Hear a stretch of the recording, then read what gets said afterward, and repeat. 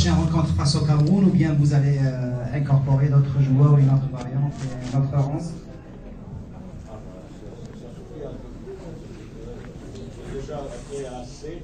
Je ne sais pas si ils vont rester. Les concurrents sont assez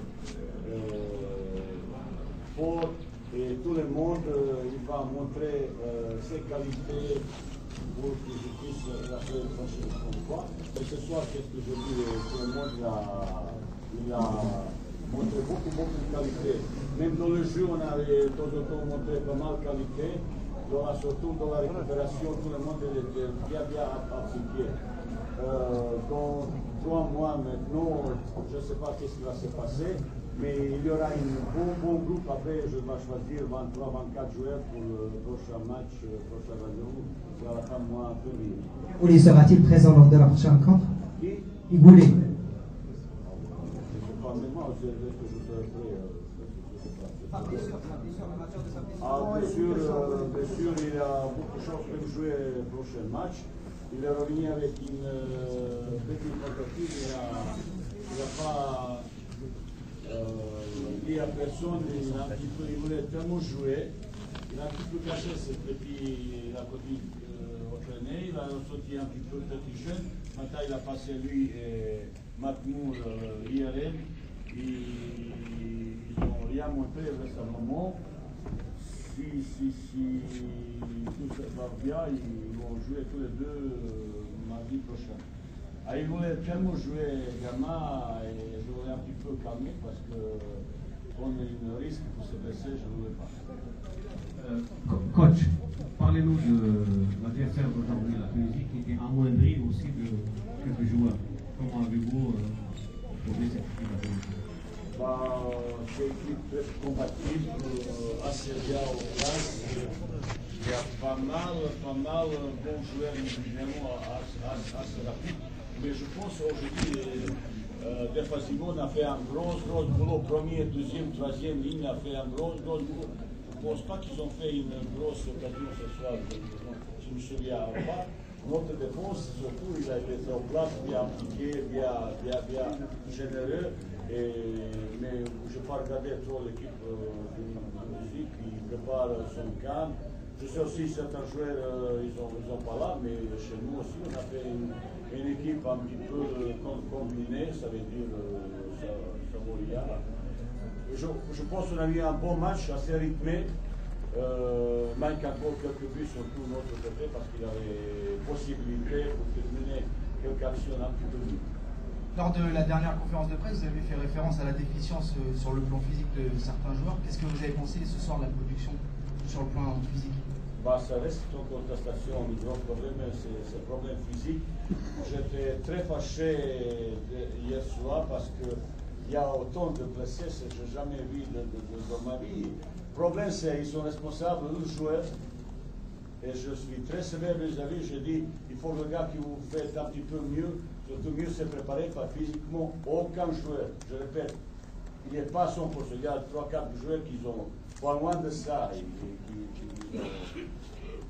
mieux préparés comme ça, mais la plupart des gars, ils ont quelques défaillances physiques, et avec ça, c'est les blessures qui arrivent, c'est tout à fait normal. 7 joueurs, je n'ai pas affronté 7 joueurs, vous savez, il manquait ce soir 7 joueurs, c'est beaucoup, et vraisemblablement, après le deuxième match contre le Cameroun, je vais encore répéter encore une fois, au prochain stage, je demandais à tout le monde qui sera mieux physiquement préparé. Et surtout, qu'il joue plus souvent et titulaire dans son propre club. Coach, que pensez-vous sur le rendement de Riyad Boudebouz aujourd'hui, surtout qu'elle a marqué un but? Et pourquoi elle a demandé du changement? Est-ce que c'est la fatigue ou bien? Riyad Boudebouz, vous savez, son talent, c'est un gamin qui a un talent exceptionnel. Mais pour jouer 90 minutes, vraisemblablement comme certains autres, il faut encore un petit peu être plus costaud, mieux préparé dans la quantité et qualité. Mais ce joueur, lui, Fegoli, il va apporter plus au plan technique. Mais il faut qu'ils soient encore mieux physiquement préparés. Après, récemment, cette équipe va avoir d'autres images beaucoup plus convaincantes, il y aura plus de beauté dans notre construction parce que ce soir encore, même ce terrain est assez rapide, glissant, ballon est rapide, manque encore cette touche technique dans la construction, enchaînement vers lui. Tout ce qui nous met un petit peu plus vitesse dans notre jeu, on a un petit peu de chute technique, c'est tout à fait normal. Et j'insiste sur ton vitesse d'enchaînement vers avant, et on a un petit peu de chute dans ça.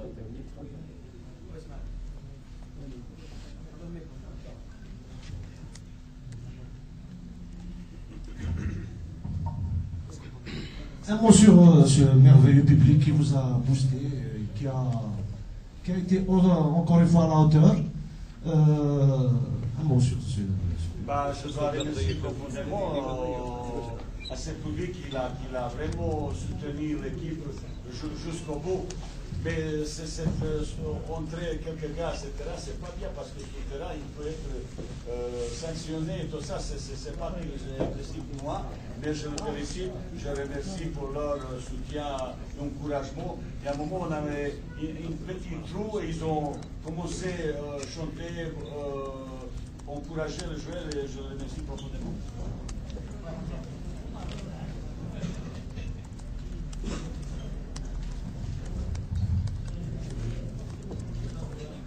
Monsieur l'entraîneur, vous avez eu l'occasion de diriger un match de la sélection algérienne au stade du 5 juillet. Aujourd'hui, vous avez découvert le stade Chaker. Est-ce que vous allez rester ici à Chaker à l'occasion des éliminatoires de la CAN 2013 et de la Coupe du Monde 2014, ou bien vous retournez au stade du 5 juillet?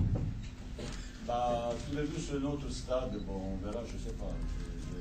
Je ne pose pas de questions sur ça, on verra quelle situation. 5 juillet peut avoir plus de monde, là c'est un produit qui est merveilleux. On verra à un moment donné prendre une décision qui nous appartient et qui est mieux pour notre équipe. La pelouse.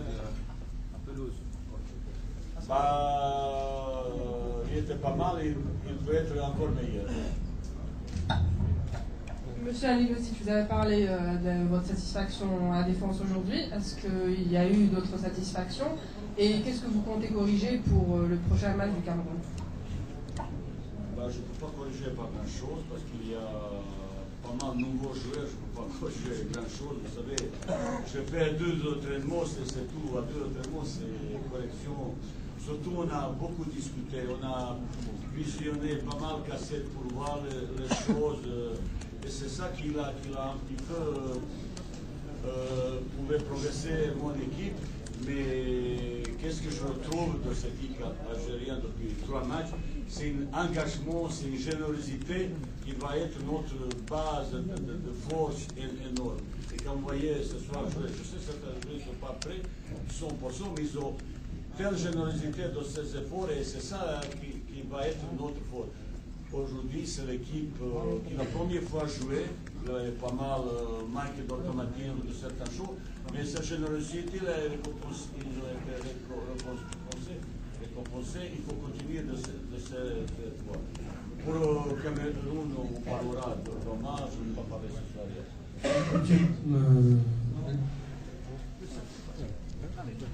soir. Juste pour le point. Coach, vous avez adopté pratiquement la même organisation, le même schéma tactique par rapport au match de RCA. Peut-on dire que c'est ce même dispositif qui sera reconduit dans les matchs à venir ou vous allez changer de tactique? Vous savez, je suis dans la phase reconstruction ou construction, comme vous voulez. J'ai appelé pas mal de joueurs.